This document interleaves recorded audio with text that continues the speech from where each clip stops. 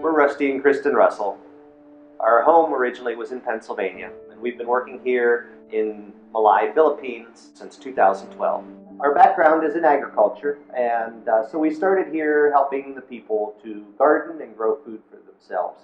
They lived in the mountain, and they had the whole area, so they traveled from place to place, and they had no need for gardening because they would just harvest vegetables that were growing in the wild and fruits from the tree and fish wherever they wanted. So their background as a nomadic people had no need for gardening, so we helped them with that, and also spent a lot of our first 2 terms doing medical outreach.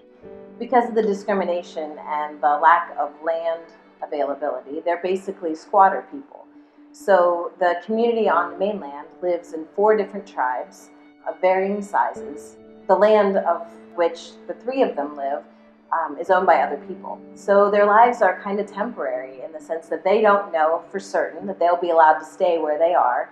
So they live in very simple houses, native houses. They call them bahay kubos here, made of bamboo, usually grass roofs. More recently, some people have gotten metal roofs for better rain protection and for longer lasting, but they don't really have a permanent place to be.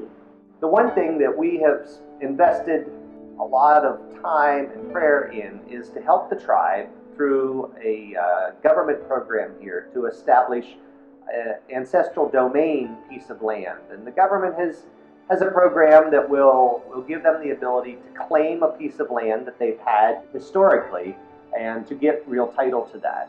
Recently, it's come to light that what we had hoped to be maybe a 2-year process is taking a lot longer than we had hoped it would. The tribal people had been led to the idea that it would soon be awarded, and just recently we've had a meeting with the government officials in charge to find out that this is going to be a much longer process. So it's been a challenging time for our ministry to get them what they deserve, a piece of land that they have real title to, and a land that they used to have all to themselves. I think that would be a really important prayer request for the ministry right now, is that God would make a way where there really doesn't seem to be a clear path forward right now for the Ati to have a piece of ancestral domain land. There's over 1,100 Ati living on this side on what essentially is about 4 U.S. acres.